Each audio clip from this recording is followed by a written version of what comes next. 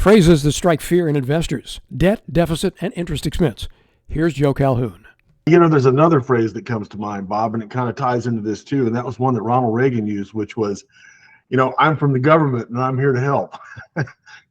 And so that's kind of what we're going to talk about today about, I've gotten a lot of questions from people about the debt, the deficit that we've been running. Really, we've been running deficits for a long time. In fact, the debt has been building up for a long time, since the turn of the century. And so there's questions out there. A lot of these questions are about, the interest on the debt, is they taking up a bigger part of the budget and so forth. And so people want to know, does this have an economic impact? How much should I worry about this? And so I think that there are some concerns, obviously, about the debt, but I'm not concerned about things like, I've heard a lot of people say, oh gosh, who's going to buy all this debt? Not worried about that. It'll be bought. I have no doubt that it'll be bought. If it'll be bought by the banks, if nothing else, but it will be bought. So I'm not concerned about those things. So I think what I want to caution today is, how does the debt and deficit, what does it mean? And from an economic standpoint, how damaging is it where we are? Let's start off by looking at federal debt held by the public. Now, it's interesting. This is not gross federal debt. This is the federal debt, and it excludes Social Security and other intra-government holdings of U.S. debt. Those things don't really matter that much to the economy today. But before I get started on this too, I want to say something too about politics, because this is inevitably a political discussion to some degree. Politicians and the people promoting them tend to try to use debt and deficits as wedges, as ways to promote their view of how the world should work and how they want it to work, and why their candidate's going to do a better job at controlling this. And the fact is, when you go back and look at it, neither party has done a very good job at this. In fact, the best president, as far as controlling the debt and the deficits, was Clinton. Something you wouldn't expect. I think most people wouldn't expect, based on the rhetoric, him being a Democrat versus a Republican. It doesn't really matter all that much who's in charge, who's in the White House. The the debt continues to go up. So look, I'm not political. I'm not a member of any political party, thank God. So I'm going to try to keep politics out of it as much as possible. But that is really a lot of this discussion, particularly when you're talking about the debt and the deficits. It is about politics, not economics. So you can see, obviously, we've got $25 trillion worth of federal debt out there held by the public. It's a lot of money. And that, by the way, is another way that people scare you with this stuff. They throw around these trillions of dollars, and it sounds huge, but that's not really the right way to look at it. This is the right way to look at it. This is that same debt as a percentage of gross domestic product, as a percentage of the economy. How big is it? Now, this doesn't go back far enough, this chart doesn't, but if you go back and look, this will be about the same level, actually it's a little bit less than it was after World War II. Obviously, we haven't fought a world war. We did fight a pandemic, I suppose, so you could maybe count that. But the bottom line is that we had a spike in this ratio during COVID. It went up above 100%, went to 104, I think, 103. It is now around 94. When Donald Trump left office, it was 97, and it's come down another 3% under the Biden administration. So I know that sounds odd. Oh my, what do you mean the debt is shrinking? Well, it's not shrinking in an absolute number. It's shrinking as a percentage of the economy because the economy has grown. So federal debt, I want to zoom in a little bit here. This piece over here, this is what happened since the end of COVID. This is Q1 2020, and you can see it's come down. It's spiked. It's come up a little bit over this last year because of the rise in the interest expense, but you can see it's not much of a change. And so again, this is shared. This is bipartisan right here. That is Joe Biden and Donald Trump. So, I think that, again, the whole idea of the politics of this is this is one thing that all politicians agree on. They'd love to spend your money. So let's look at this, though. This is why it's come down. The red line here is nominal GDP, and the blue line is the federal debt held by the public, and this is the year-over-year change. And so what we have here, the year-over-year change in nominal GDP is higher than the change in the public debt. And that means that the ratio, the public debt as a percentage of GDP, is falling. And as long as you keep the growth rate of nominal GDP above the change in the federal debt, that's what's going to happen. And in fact, you can see it very clearly right here. You had during the 1990s, and by the way, if you want to look at economic performance, this is what we should be shooting for right here. This is nominal GDP for the 1990s and coming out of the recession. You come out of the recession 92 to 2000 or whatever this is probably 99. This very, very consistent growth of nominal GDP, yeah, that's what we're really aiming for. We had pretty consistent growth of nominal GDP out here as well, not quite as consistent, but it was at a lower level. But the point is, if you hold this nominal GDP above the change in debt, the change in the debt, then the debt to GDP ratio will come down. And we saw that earlier. You can see that in this chart. Here's the 90s. This is what happened in the 90s. That debt to GDP number fell consistently because they were holding, or they had nominal GDP growth growing faster than the public debt. So that's what this is. That's why the ratio has been coming down. And by the way, this is why I'm not too concerned about it. It is moving in the right direction. I don't like debts. I don't like deficits. I wish we weren't spending as much. But the fact is that from an economic standpoint, this really isn't a problem right now. Now we'll see how this plays out in the future. By the way, I just want to point this out too. This is nominal GDP above the change in the debt.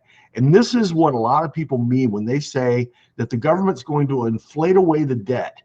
This is what they mean, because nominal GDP has two components. It has inflation and it has real growth. So the real answer here is not that they're inflating away the debt. It's that it's a twofold process. You're growing your way out of the debt as well as inflating away some of it too. And that split between inflation and real growth is going to determine how much of it is actually inflated away and how much we just grow out of it.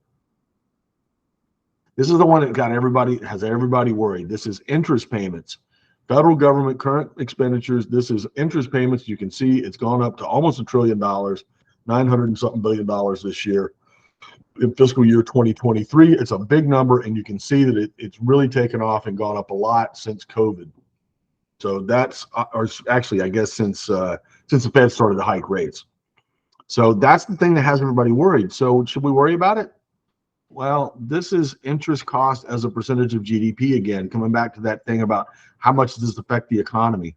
Well, you can see, you go back to the 1980s, mid 80s, the interest as a percent of the GDP was actually a lot higher back then, almost a third higher than it is now. So I'm not crazy about this here. I don't like that interest expense as a percentage of GDP is rising. It's money going out the door that really doesn't do us any good. I don't like that, but it is not at a level that is onerous. We've done this before. So I just don't think it's as big a problem as everybody thinks it is. And if you get the deficit to come down some, and by the way, the deficit can come down as a percentage of GDP just by keeping spending the same. If GDP continues to rise and the deficit stays the same in a dollar amount, then the percentage of GDP is going to come down. So it's not that hard to do. But anyway, it's like I said, it's not going in the right direction. I don't like it, but it is not at a point where we need to get real concerned about it yet. This is really where the problem is. And I think that concentrating on the debt and deficit, those are political talking points. And they're political talking points because they're emotional. We owe $25 trillion. We're never going to be able to pay it off. Well, yeah, you're right. We probably won't ever pay it off. As long as the economy continues to grow, we don't need to. But this is the problem right here. This is federal net outlays. This is spending as a percentage of gross domestic product. And you can see it's been rising for a very, very long time. Now, you'll notice too, though, that the dividing line here really is about 20%. If you get above 20%, and actually, I think it's more about the rate of change. If you go back to 1965, that's right here where you were at about 16% of GDP. It went from 16 to right here to 23, I think was the number in 1982. And during this period, 1965 to 1982, think about the economic outcome we got there. It wasn't very good. So what happens here when this starts to fall, when federal outlays as a percentage of gross domestic product start to fall in 1982, now you go all the way to 2000, they fall all the way down to about 17.5% of GDP, and we have a great economic outcome. And all this is the government is being more involved in the economy. It's being less involved in the economy. And obviously, since 2000, it's been more involved, and we've gotten a bad economic outcome. In some cases, obviously, we had 2008, we had COVID, obviously wasn't a result of the spending, but it did accelerate the process. And that's what I've said a lot about COVID. COVID didn't really change a lot of trends. It accelerated a lot of trends. And I don't think this one's really all that much different. So right now, we're at about 24% of GDP. If we get this number back down to 20, that's where it needs to be. And how you get there, boy, that's a tough choice. I have my view of how to do that, but again, I think you can get there. And the easiest way to get there, I guess, is the better way to put it. The easiest way to get there is to hold spending steady while the economy grows. And if you do that, or if you're able to do that, then that number will come back down. But 24% of GDP is too high. By the way, we hear a lot of times we compare ourselves to Europe, and we see places like Sweden spends 45% of GDP on government. I think there's something we're missing here. State and local does spend money here too. So our state and local, if you add that to the federal here, you're up around 40% of GDP being spent on government. It's a big number, and it's not that much different from the social democracies in Europe. Now, what we spend it on is somewhat different because we spend a lot more on defense than they do. But the bottom line is that the level of spending between us and Europe is really not that different. This is the surplus, the deficit. Obviously, it's been a deficit for a long time. Last time we had a surplus was in the late Clinton years, but we have been running this deficit. You can see, though, that the deficit has improved since its worst, part here, 15% of GDP during COVID. That was a big spend. We didn't have a lot of revenue coming in, so it obviously hit the deficit pretty bad. But it's been moving in the right direction. It's moving back up. Right now, we're at about 5-6% of GDP. It's not great. I'd like to see it. But here's the thing. If the deficit is at 5% of GDP and nominal GDP grows at, say, 5.5 or 6, you don't really have a problem because the debt's going to shrink as a percentage of GDP. But this number probably needs to get under 5 because a good number for nominal GDP growth is around 5.5. That's what we've seen during good times in the United States economy. If you get 5.5% nominal GDP, actually, let's make it easier on the math. 5% nominal GDP growth. If you got 2.5% real growth and 2.5% inflation, most people would be pretty happy with that. We'd be happier if it was 3% real growth and 2% inflation, but we can live with a 5% nominal GDP growth. That's a pretty good outcome. So in order for the deficit to shrink, for the debt to shrink as a percentage of GDP, you need to get this deficit under 5. If we're going to grow nominal GDP at 5, we need this number to be at 3 or 4, and then that debt as a percentage of GDP will continue to come down. Why is spending the problem? Spending and deficits. I want to talk about this, deficits. How do you get a deficit? Obviously, there's two ways. You can affect the amount of revenue the government has, or you can affect the amount of spending the government does. The deficits that we've run since COVID have been about spending. You could theoretically cut taxes and have a big deficit. It may not have the same impact. What matters here is how you or what you do with your deficit. If you create a deficit, either through spending or tax cuts, and it is used to invest in productive activities, it's used to invest in the economy, whether it's infrastructure or whatever it is, or whether it's through a tax cut and it's companies doing the investing. It doesn't matter. What matters is that it's productive. That's where we have a problem. And this is where we always have a problem with government spending. Taiwan Semiconductor, we have the Biden administration with the CHIPS Act and the Inflation Reduction Act. Both of those right now are already running into problems. Taiwan Semi says we can't find enough workers to even build the plant in Arizona that the CHIPS Act wants to pay us to build. And I got news for you. They're not going to have the people to run the place. We don't have enough engineers here in the United States to run these semiconductor plants that we're out here paying people to build. And my guess is, and you know, another thing, Taiwan Semi says, hey, you know what? We can manufacture these chips here eventually if we can get this thing built, but we don't have the facilities. The United States doesn't have the facilities to package the semiconductors. They're going to have to take the semiconductors they build in Arizona, ship them to Asia, package them, and then re-export them from Asia. It's crazy. It doesn't make any sense. It's not economic. And so, look, a lot of this money is going to get spent, but it's going to be wasted. And that's where the problem is with the deficits. Here's another one. Solar panel manufacturing. There were all kinds of companies lining up for subsidies, lining up with their hands out to build solar panel manufacturing facilities here in the United States. Yeah, well, you know what? Asia makes solar panels too. And there's so many solar panels now, the prices have collapsed. And these new plants that everybody's building through subsidies, now they're not going to be productive because they're not going to be able to be competitive. You've got a glut of solar panels and you can't compete with the Asians on production costs. You just can't do it. So it just, you know, it's that old thing about, you know, whack-a-mole.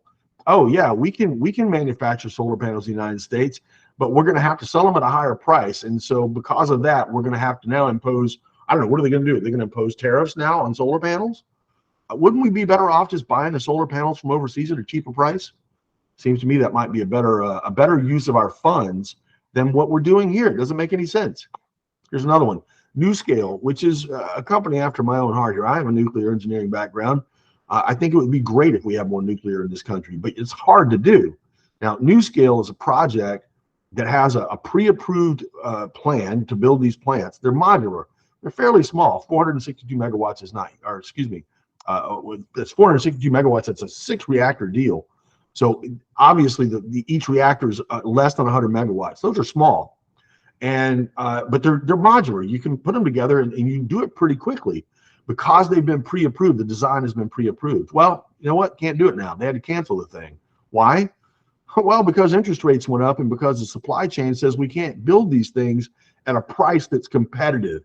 None of the utilities that they were building this for don't want to pay for it. So something else I talked about last week in last week's commentary, sometimes monetary policy and fiscal policy are offsetting. You know, we've got the government out there spending $1.35 billion on these NuScale type projects. $600 million went to NuScale. And at the same time, the Federal Reserve is raising interest rates, and the interest cost is so high now they can't build the project. So this is what happens when you don't have, you know, one side of the government not knowing what the other side is doing or not caring. Here's another one, offshore wind projects. This was a big part of the Inflation Reduction Act, whatever you want to call it. I think Inflation Reduction Act is the most poorly named government program in history, maybe. They wanted to build all these offshore wind projects, but now supply chain problems, they can't do it. They can't get these things done because they cost too much, and nobody wants to pay for it.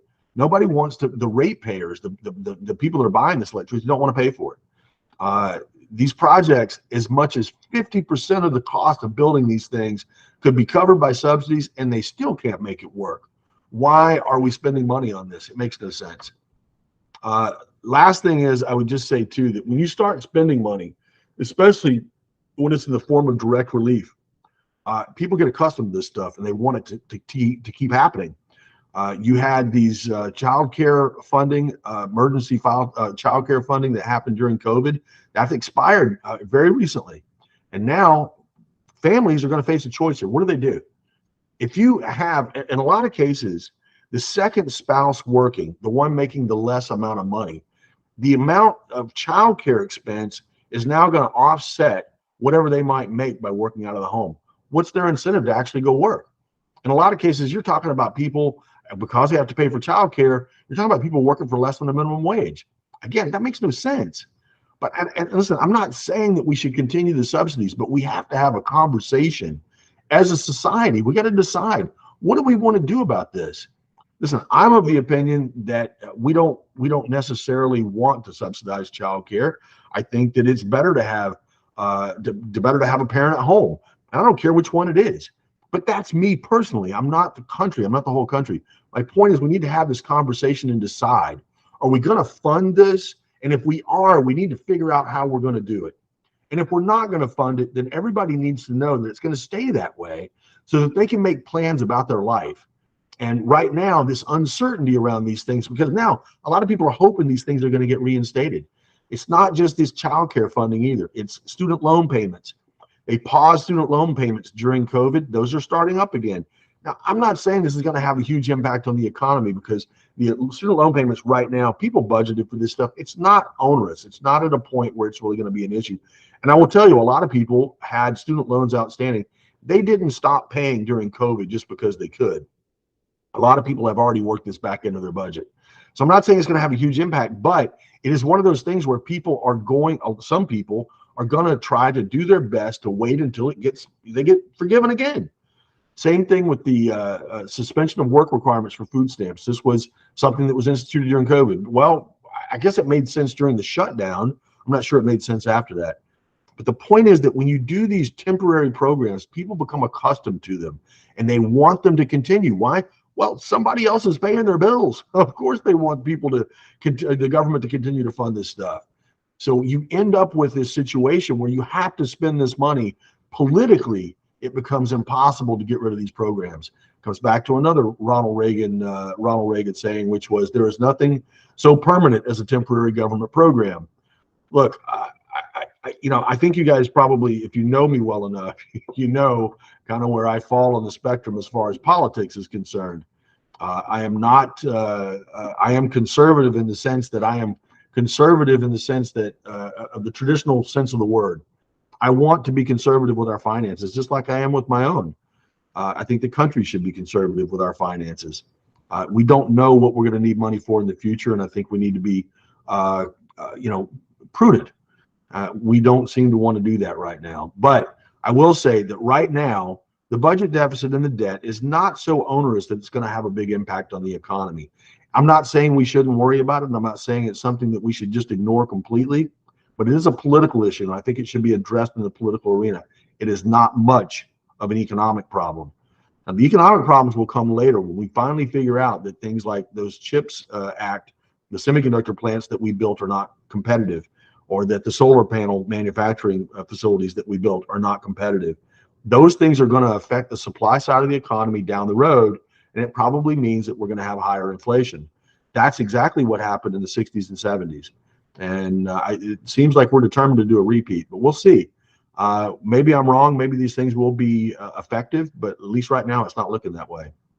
If you like these videos, give us a thumbs up, subscribe to the channel, and turn on notifications so you'll know when we post new information. You can also subscribe to our free newsletter at alhambrapartners.com/commentary analysis.